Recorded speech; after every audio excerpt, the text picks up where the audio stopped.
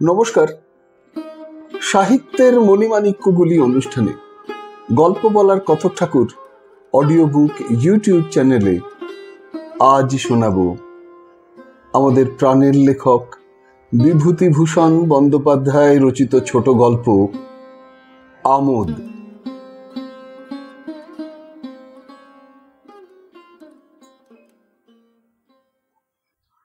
রামধন সকালে উঠে ঝিঙের ক্ষেত নিড়ুচ্ছিল। হঠাৎ তার কাছে তার ছেলে ফণি এসে বললে, বাবা, আজ বড় মজা হবে বাজারে, শুনেছ কিছু? কি রে? ভালো যাত্রা আসবে কলকাতা থেকে, বড় দল, যাবা নাকি দেখতে? যাব না বলিস কি রে? তুই আমি দুজনেই যাবানি। কলকাতার দলের গাও না কতদিন শুনিনি বলতো। পান্তা ভাত খেয়ে নিয়ে চলো, সকাল সকাল বেরিয়ে পড়ি, নইলে জায়গা পাওয়া যাবে না। জানো তো কিরকম ভিড় হয়। মহা উৎসাহে রামধন ঝিঙের ক্ষেতের উত্তর আলের বেড়া বেঁধে বললে, আজ 10-12 দিন হলো বেড়াটা ভেঙেছে, বাবলা কাঁটা আর কুল কাঁটা দিয়ে বাঁধতে হবে, কিন্তু সম্প্রতি সে খুব অপমান হয়েছে হৃদয় বিশ্বাসের জমির বাবলা কাঁটা কাটতে গিয়ে। হৃদয় বিশ্বাসের জামাই মাখন ওকে বলেছিল, বলি এবার কিন্তু ফৌজুদুরি হবে, মনে রেখো। মোরা বাবলা গাছে রেখেছি তোমার বেড়ায় কাঁটা দেবার জন্য নয়, মনে রাখবা। সে বলেছিল, দুটো ডাল নেবানি তোমার গাছ থেকে, নইলে বেড়া দেবানি কি করে? মাখন রেগে বলেছিল, এত বড্ড আবদার দেখি তোমার, ঘাড় ধরে বার করে দেবো জমি থেকে, বলে দিচ্ছি। তোমার বাবার জমি তো নয় এটা। বাবা তোলবার কি দরকার জামাই বাবু, না হয় চলেই যাচ্ছি, তাই যা। ভালো বলতে হয় শীতেনাথপদের ভাই হরিকে। সে পাশের কলা বাগান থেকে নিম্ন সুরে ওকে ডেকে বললে, বলি বড় লোকের জমিতে কেন যাও দাদা? আলের মাথায় আমাদের বড় বাবলা গাছটা থেকে যত ইচ্ছে ডাল কেটে নিয়ে যাও। দেখো দেখি ভাই, কি অপমান সকালে করলে মোরে। বাদ দেখ, 7 খাদা জমিতে ধান বুনে মাথা একেবারে সজ্ঞে উঠে গিয়েছে ওদের। বড় লোকের দৌড়ে যাওয়ার দরকার কি তোমার দাদা? নিয়ে যাও ডাল যত ইচ্ছে। সেই ডাল দিয়ে আজ 10-15 দিন পরে বেড়া বাঁধল রামধন। সেও যাতে পোদ, নিতান্ত গরিব, একটা ধানের ছোট্ট আউড়িও নেই বাড়িতে। এমন লোকের কি আর খাতির হয় গাঁয়ের বড় লোকদের মধ্যে? কাছারির নায়েব ঘনশ্যাম সরকারকে অনেক খোসামত করে বাঁধাল জমা দিয়ে গত আশ্বিন মাসে মাছ ধরে সামান্য কিছু পেয়েছিল, তাই দিয়ে ধান কিনে এতদিন চলেছে। এইবার ভরসা এই ঝিঙের ক্ষেত। ঝিঙের দাম আছে বাজারে এবার 16 টাকা মন। ফি হাটে 1 মন ঝিঙে বিক্রি হলেও ওদের সংসার হেসে খেলেই চলে যাবে। এই জমিতে ঝিঙে ফলবেও ভালো। দুপুরের পর ভাত টাত খেয়ে রামধন আর তার ছেলে ফণি 5 ঘরার বাজারে যাত্রা দেখতে যাবার জন্য তৈরি হলো। এখান থেকে 6 কোষ পথ। পথে বামুনদহর বিল পার হতে হবে, কোদালে নদী পার হতে হবে। রাস্তা নেই, শুধু মাঠের আলের ওপর দিয়ে হাঁটতে হবে। মস্ত বড় শ্মশান পড়বে নকফুল রামনগরের। কষার বন 3 পোয়া পথ। ফণি বললে, বাবা, রাত্রি কি খাবো? চিঁড়ে সঙ্গে নিও, তাই ভিজিয়ে বাপ পোতে খেয়ে নেব। চলো সকাল সকাল বেরিয়ে যাই। গেল ওরা বেরিয়ে দুপুরের পর। রামধন পোদ একসময় যাত্রার বড় ভক্ত ছিল। একবার তার ছোটবেলায় মতি রায়ের বিখ্যাত যাত্রা দল এসে তরণী সেন বধ পালা গান করে শাহাপুরের বিশ্বাসদের বাড়ি। অমন গান কখনো এদেশে কেউ শোনেনি নাকি। রামধন সেই থেকে যাত্রা গাওনার বড় ভক্ত। কত বড় বড় দল সে দেখলে জীবনে। মতি রায়ের দল গেল, তার ছেলে ধর্মদাস রায়ের দল হলো। ধর্মদাস নারদ সেজে কি সুন্দর অ্যাক্ট করত, শুনলে চোখে জল আসতো। গান কি এক একখানা, কতগুলো গান তার চিরকাল মনে থাকবে। সাঁতরা কোম্পানির দলের পাঁচুলাল বাগদার কথা সে কখনো ভুলবে? অমন জুড়ির গান, অজামিলের বৈকুণ্ঠ লাভ পালায় মুমূর্ষু অজামিলের সামনে দাঁড়িয়ে চেয়ে দেখো ওই মহাপ্রস্থান, ওই গানখানা। সেই দুই হাত ওপরের দিকে তুলে একটা আঙুল দিয়ে বারবার অচেতন অজামিলের দিকে দেখিয়ে দেখিয়ে বারবার মাথা দুলিয়ে, না সেসব জুড়িও আজকাল আর যাত্রা দলে নেই, তেমন গানও কেউ আর গায় না। যাদব বাড়ুজ্যের দলে রাজার একটুকুর তো সেই একটা লোক, ঠিক একেবারে রাজামশাই। আচ্ছা, কোথায় ওসব লোক জোগাড় করে যাত্রার দলের লোকেরা? হাত পা নেড়ে কি তার কথাবার্তা! হাঁ করে অবাক হয়ে চেয়ে থাকতো রামধন পোদ। এইরকম না হলি রাজা? রাজা এরেই বলে। কি তরোয়ালের ঝনঝনানি! মাথায় মুকুটের একটা সাদা পালক উঁচু হয়ে থাকতো, যেন ময়ূরের পেখম। একবার একটা স্বদেশী গান হয়েছিল, ভূষণ দাসের মাতৃপূজা। রামধন ভালো বুঝতে পারেনি। দেববালকগণ যখন সবাই হাত বাড়িয়ে অসুররাজের সেনাপতিকে বলতে লাগলো, আমায় বাঁধো, আমায় বাঁধো, বৃদ্ধ ব্রহ্মাকে যখন অপমান করলে অসুররাজের কর্মচারীরা, খুব ভালোই লেগেছিল। আসরের ভদ্রলোকেরা ঘন ঘন হাততালি দিচ্ছিল। রামধন পোদ তখন চুপ করে বসেছিল। জিনিসটা তার মাথায় ভালো ঢোকেনি যেন। বাইরে এসে এসে একজনকে জিজ্ঞেস করেছিল, ওই সুরেন্দর বলছে কাকে ওরা? আহা, জানো না, সুরেন বাড়ুজ্যে, মস্ত স্বদেশী, সাহেব মেরেছিল, ধরে নিয়ে গিয়েছিল বরিশালের সভায়। কেন গো বাবু? স্বদেশী করবার জন্য? আবার কেন? ব্রহ্মা কি? বরিশালের অশ্বিনী দত্ত। তিনি কে গো? নাম শোনি? মস্ত বড় স্বদেশী, মহাপুরুষ লোক। পূব দিকে ফর্সা হয়েছে, কাক কোকিলের ডাক শুরু হলো ডালে ডালে। রামধন পোদ এইটুকু তথ্য সংগ্রহ করেই মহাহৃষ্ট মনে গঞ্জের বাজার থেকে চলে এসেছিল। তখন দুবলহাটের গঞ্জে কলকাতার ফোড়ে মহাজনেরা বেগুন মাপাতো 2.5 টাকা মন, কিন্তু জিনিসপত্র সস্তা কত! 100 একটা কাতলা মাছ 2 আনা দিয়ে কিনে হাতে ঝুলিয়ে নিয়ে এলো দুবলহাটির বাজার থেকে। কোথায় গেল সেসব দিন?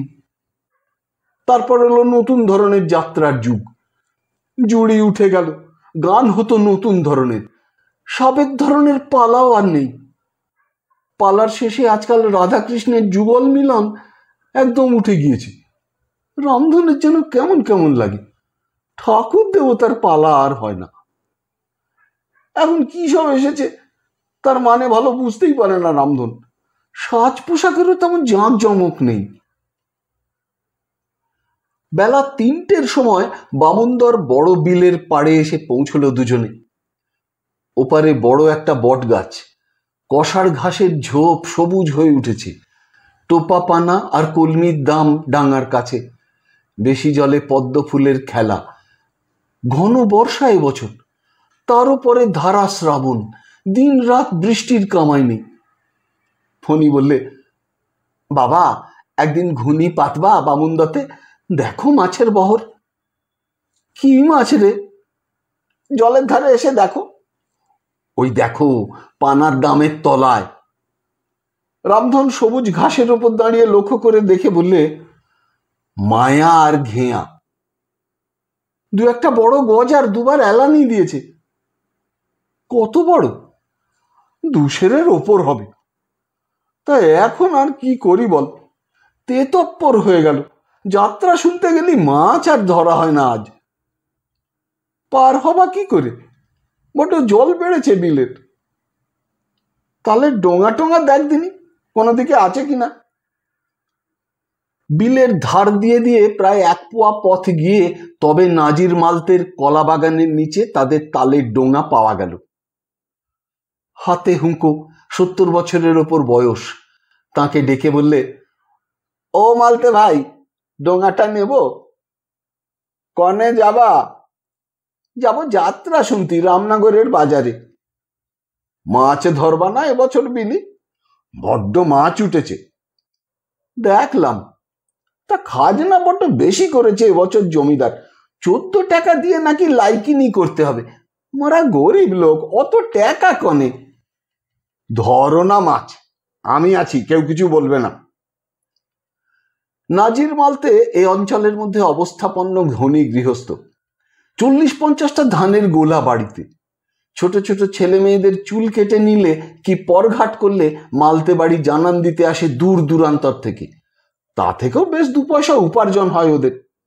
লোকও খুব ভালো। অনেক নিরন্ন দরিদ্র পরিবার গত 50-এর মন্বন্তরে ওদের গোলার ধান নিয়ে গিয়েছে। মালতে বললে, তামাক খাবে না রামধন? না মালতে ভাই, সময় হবে না, এখনই পান না হলে জায়গা করতে পারবো না। ওরা শক্ত হাতে ডোঙা চালিয়ে বিলের মাঝখানের কষার দ্বীপে এবং তারপর সেখান থেকে সবুজ উলু ঘাস ভরা ওপারে চলে গিয়ে একটা হিজল গাছের গায়ে ডোঙার দড়ি বেঁধে মাঠের পথ বেয়ে হেঁটে হেঁটে চলল আমিনপুরের দিকে। আমিনপুরের হরিহর সর্দার যাতে বুনো রাস্তার ধারে বসে আউশের খেতে চৌকি দিচ্ছে। ওদের দেখে বললে, যাত্রা শুনতি? রামধন বললে, তামাক আছে, বসো খাওয়াই। যাত্রা শুনতে যাবা না? কি করে যাই, গরুর এখনো মেলা মাঠ, যদি ছেড়ে যাই সব বেটাদের বড়িতি শেষ করে দেবে। একে তো এবার ধানই হবে না দেশে, তার উপরে মেলা মাঠ করে বসেছে এই ছেড়াবন মাসও, ভাবো দেখি। তামাক খেয়ে আবার ওরা রওনা হলো। ক্রোশখানে গিয়ে ছোট্ট নদী কোদলা, ওপারে কাজী সাহেবদের বাড়ি। কাজী সাহেবদের নিজের খেয়া, বিনি পয়সায় পারাপার করে। রামধন ডাক দিতে ওদের লোক নৌকো নিয়ে এসে পার করে দিয়ে গেল। বেলা একেবারে যায়। পশ্চিম দিকে মস্ত কালো মেঘ উঠেছে। ফণি দেখেই বললে, বাবা, হেড়ে চোমড়া মেঘ, বৃষ্টি হবে। চল নকফুলের জেলে পাড়ার সামনে, ওখানে বসবো। শ্মশানটা পেরিয়ে গেলে হতো না সন্ধেবেলা? ভিজে যা ভিজে। তা হোক বাবা, শ্মশানে বড্ড ভয় করে, এগিয়ে যতটা নেওয়া যায়। সর্দারদের ওখানে তামাক খেতে দেরি করে ফেললে যে। ভীষণ মেঘ উঠেছে। ঝড়ে এক পাল মিশকালো মেঘ ওদের দিকে উড়ে এসে সারা আকাশ অন্ধকার করে মাঠময় তার কালো ছায়া ফেললে। শোঁ শোঁ শব্দ হচ্ছে, সজল বাতাস বইছে, উলুঘরের মাথা দুলছে। রামধন বললে, দৌড়ো বাবা ফণি, দৌড়ো। কিন্তু ভগবানের ইচ্ছায় বৃষ্টি না হয়ে মেঘ উড়ে শ্মশানের বড় বটগাছটার উঁচু মাথা পেরিয়ে উত্তর পূব কোণের দিকে উড়ে বেরিয়ে গেল। ফণি খুব জোরে জোরে হাঁটতে লাগলো সন্ধ্যের অন্ধকারের আগে শ্মশান পেছনে ফেলতেই হবে বলে। ও বড় যে সে শ্মশান নয়, এই অঞ্চলের নাম ডাকি শ্মশান। কি নেই ওখানে? ভূত আছে, গোদান আছে, বেঁকি আছে, পেতনি আছে, এত ভূত আছে দিনমানেই প্রাণ হাতে করে যেতে হয়। রামধন বললে, ফণি, ভয় ডর কিছু নেই, আমার তাগায় বাবার মাদুলি, আমার কাছে ফুলের নবলার কবচ আছে, কোনো ভয় নেই, এগিয়ে পড়ো। কারা বোধহয় মরা পোড়াতে এসেছে। রামধন বললে, কে রে ফণি? ফণি ভয় ভয় বললে, ওরা কারা, কি জানি কি করছে। রামধন বললে, কে ডাকো তোমরা? 4-5টি লোক শ্মশানে কি খুঁজছে যেন। কে একজন বললে, নড়াল বাড়ি, পাকিস্তানের লোক। ওখানে কি করছে? হাঁটা দাও ফণি, আমাদের সে পৌঁছাতে দরকার কি? ফণি বললে, বাবা, আমি জানি ওরা কি খুঁজছে, মরার কাপড় নিয়ে গিয়ে তাই কেচে পড়বে। ওদের বড্ড কষ্ট, কি করবে বলো? না না, মরার কাপড় খুঁজবে কেন? হ্যাঁ বাবা, মরার কাপড় খুঁজছে, আমি জানি। সেদিন খয়রামারির শ্মশান থেকে 2জন লোক কাপড় নিয়ে গিয়েছে, অনেকে অমন করছে। আকাশে নক্ষত্র উঠেছে, বড় বটগাছটায় বাদুর ঝটপট করছে। দূরে শেয়ালের পাল প্রহর ঘোষণা করলে। ঝিকুর ফুলের বদ গন্ধ বেরোচ্ছে বর্ষার জলো বাতাসে। ফণির গা কেমন করতে লাগলো। ওই তেতো কড়া বোঁটকা গন্ধ নাকে এলে যেন মনে হয় তার জ্বর হলো। আরো ক্রোশখানিক পথ হাঁটলো ওরা। এবার রামনগরের বাজার পড়বে সামনে। রাস্তার ধারে ঝুলনের বাজার বসেছে। পাঁপড় ভাজা, মাটির ছোবা, পুতুল, পিঁপি, বাঁশি, মুড়ি মুড়কি, ফুলুরি, তালের বড়া, হাঁড়ি, কলসি, সরা, তালপাখা, ঘুনসি, ফিতে, চিরুনি, বিড়ি, পান, দেশলাই, লোকে লোকারণ্য। রামনগরের ঝুলনের মেলা এদেশে বিখ্যাত ব্যাপার। আশেপাশের অনেক গ্রাম থেকে লোক এসে জুটেছে। রামধন ও ফণি তাড়াতাড়ি আসরের দিকে চলল। দূর থেকে একটা হট্টগোল শোনা যাচ্ছে, আর শুধু দেখা যাচ্ছে লোকের মাথা। বড় বড় হ্যাজাক লণ্ঠনের আলো জ্বলছে আসরে। রামধন বললে, ও বাবা ফণি, কেমন আসর সাজিয়েছে দেখ, চল শিগগির এগিয়ে চল। কিন্তু যাত্রার আসরের গেটে দুজন শার্ট পরা ভদ্রলোক ওদের আটকে ফেলে বললে, কোথায় যাচ্ছ? রামধন ভয় ভয় বললে, আসরে। হবে না, ফিরে যাও। আগে অনেক দূর থেকে আসছি, বড্ড কষ্ট করে। যাও যাও, এ কি মামার বাড়ির আবদার? ভাগো। রামধন হাত জোর করে বললে, বাবু একটু জায়গা পাবো না? ওদের মধ্যে একজন রেগে বললে, না না, হবে না, ভদ্রলোকের আর মেয়েদের আগে, তারপর তোমাদের। বাবু, গলা ধাক্কা দিয়ে তাড়িয়ে দাও তো পরেশ, ওকে বসতে না দিলে চলছে না আর। ভাগো এখান থেকে। তার চেয়েও দুর্ঘটনা ঘটে গেল। রামধনের ছেলে যুবক এবং তার রক্ত গরম। সে প্রতিবাদের উত্তরে কি বোধহয় বলেছিল গেটের ওপাশে। হঠাৎ কিলচড়ের শব্দে মুখ ঘুরিয়ে দেখলে রামধন ওর ছেলেকে ঘিরে ফেলে কারা যেন মারধর করছে। সে ছুটে গিয়ে লোকজনের পায়ে পড়ে ভিড় থেকে বার করে নিয়ে এলো। ফণির চোখের কোণ দিয়ে রক্ত পড়ছে, মাথার চুল উস্কো খুস্কো। বড্ড মার খেয়েছে সে। রামধন ছেলেকে নিয়ে একটা দোকান থেকে জল চেয়ে নিয়ে ওকে খেতে দিলে, ওর চোখে মুখে দিলে। কিছু সুস্থ হলে ওকে গরম এক পেয়ালা চা 6 পয়সা দিয়ে খাওয়ালে। বললে, দুটো চিঁড়ে ভিজিয়ে দি বাবা। না, এখন কিছু খাবো না, চলো যাত্রা দেখি। কি করে যাবি ওখানে? আর যাব না, ঢের হয়েছে। চলো দূর থেকে দেখবানি। আসর থেকে বহু দূরে লোকের ভিড়ের মধ্যে দাঁড়িয়ে ওরা সতৃষ্ণ নয়নে আসরের দিকে চেয়ে চেয়ে দেখতে লাগলো। কলকাতার দলের যাত্রা। গান করছিল একটা ছোকরা হাত পা নেড়ে। সাহেব সেজে কে একজন দাঁড়িয়ে খুব চেঁচিয়ে কি বলছিল। রানী দাঁড়িয়েছিলেন সামনে। কিছু শোনা যাচ্ছিল না। মাঝে মাঝে সামনে এসে লোকের দল দাঁড়িয়ে যায়, আর কিছুই নজরে পড়ে না। আবার এক চমক হয়তো দেখা যায়, রানী চোখে আঁচল দিয়ে ফুঁপিয়ে ফুঁপিয়ে কাঁদছেন। সারা রাত ওদের এভাবেই কাটল, স্রেফ দাঁড়িয়ে। ভোরবেলা যাত্রা ভাঙলে রামধন ছেলেকে নিয়ে বাড়ির দিকে রওনা হলো। সমস্ত রাস্তা বলতে বলতে এলো, কি পস্কার, যাত্রার মতো যাত্রা, দেখলি চোখ জুড়িয়ে যায়। সত্যি, না হয় আর কলকাতার দল বলেছে কি সাদে।